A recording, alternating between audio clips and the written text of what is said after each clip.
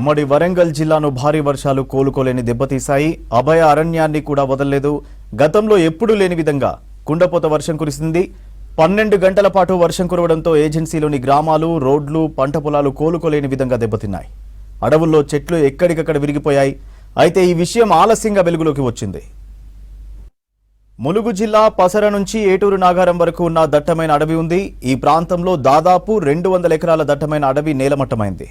Drone కెమెరాతో తీసిన visuals ని ఉన్నతాధికారులకు పంపించారు కొందరు. ఈ సమాచారం తెలుసుకుని మంత్రి సీతక్క, ఎస్పీ శబరీష్ అటవీ శాఖ అధికారులతో కలిసి ఈ ప్రాంతాన్ని పరిశీలించారు. ములుగు అడవుల్లో సుడిగాలి కారణంగా 1,00,000 వృక్షాలు నేలకూలాయన్నారు మంత్రి సీతక్క. 100 ఎకరాల్లో తీవ్ర నష్టం వాటిల్లిందన్నారు. వృక్షాలు నేలకూలడంపై విచారణకు ఆదేశించామన్నారు. డ్రోన్ కెమెరాల సహాయంతో జరిగిన నష్టాన్ని అంచనా వేయాలని ఆదేశాలు జారీ చేశామన్నారు సీతక్క. అదే సుడిగాలి గ్రామాల్లో వచ్చి ఉంటే తీవ్ర ప్రాణ నష్టం జరిగి ఉండేదన్నారు. సమ్మక్క సారలమ్మ దీవెనలతో సుడిగాలి ఊర్ల మీదకు రాలేదన్నారు. అంతకుముందు సచివాలయం నుంచి పీసీసీఎఫ్, డిఎఫ్ఓలతో టెలిఫోన్లో మాట్లాడారు మంత్రి సీతక్క. మరి తాడువాయి నుంచి మేడారం సమ్మక్క సారలమ్మ వెళ్లే దారిలో 1,00,000 చెట్లు దాదాపుగా ఇప్పటి వరకు డ్రోన్ కెమెరా ద్వారా వచ్చిన అంచనా 500 ఎకరాలలో 78,000 చెట్లు ఆ గాలికి మొత్తం 31వ తారీఖు నాడు కురిసినటువంటి భారీ వర్షాలు, మరొక రకమైనటువంటి సుడిగాలి రావడంతో 78,000 ఓన్లీ డ్రోన్ కెమెరా ద్వారా. కానీ చెట్టు నుంచి చెట్టు కౌంట్ చేస్తే అది లక్షలలో ఉండొచ్చు అనేది అనిపిస్తా ఉంది. దీన్ని మరి టొరండో అంటే ఒక రకమైనటువంటి సుడిగాలి వీచి ఇన్ని 100 ఎకరాల్లో చెట్లు మొత్తం కూడా నష్టపోవడం జరిగింది. మరి వెంటనే నేను గాని సంబంధిత లోకల్ కలెక్టర్ గారు, డిఎఫ్ఓ, ఎస్పీ మేమంతా కూడా దాన్ని పరిశీలించి మొన్న ఇది ఎంత నష్టం జరిగిందో డ్రోన్ కెమెరాల ద్వారా తీయాలని ఆదేశించడంతో నిన్నటి నుంచి అవి బయటికి రావడం జరిగింది. ఈరోజు పీసీసీఎఫ్ గారు కూడా మరి ములుగు ప్రాంతాన్ని ఏదైతే తాడవాయి టు మేడారం మధ్య, అటు తాడవాయి, ఇటు మేడారము, అటు షాపెల్లి, ఇటు ఈ మధ్యలో ఉన్నటువంటి 500 ఎకరాలలో ఈ డ్యామేజ్ జరిగింది.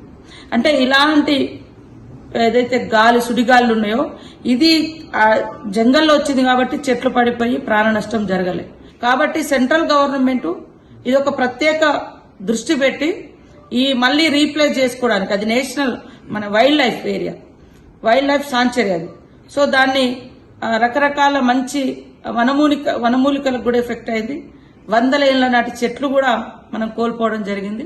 ఆ ప్రాంతాన్ని మరి ఇక్కడటువంటి కిషన్ రెడ్డి గారు, అదే సెంట్రల్ మినిస్టర్ గారు బండి సంజయ్ గారు ప్రత్యేక చొరవ తీసుకొని ఆ ప్రాంతాన్ని రీప్లేస్ చేయాలి, మళ్ళీ వాటికి నిధులను శాంక్షన్ చేయాలి.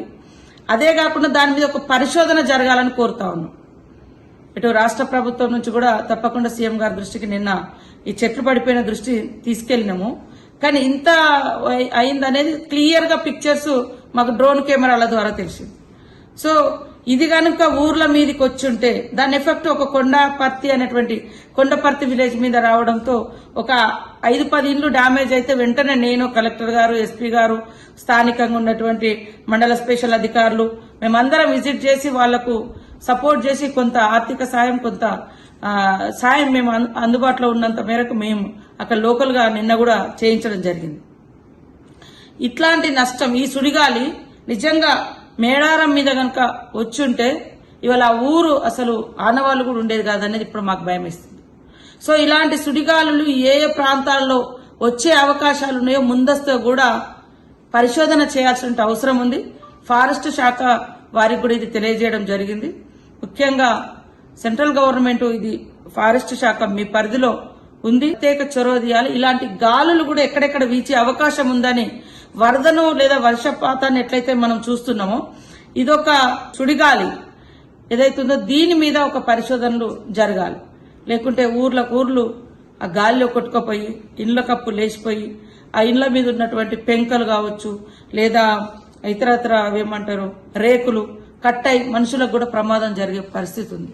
కాబట్టి మేము ముఖ్యంగా సెంట్రల్ గవర్నమెంట్ ఈ రాష్ట్రంలో జరిగినటువంటి ఈ యొక్క వర్షపాతం గాని, వరదలు గాని రాష్ట్రంలో గతంలో ఎక్కడా లేనట్టుగా జరిగినటువంటి మేడారం ప్రాంతంలో జరిగినటువంటి చెట్ల గాలితో హననం, ఈ చెట్ల హననం జరిగింది.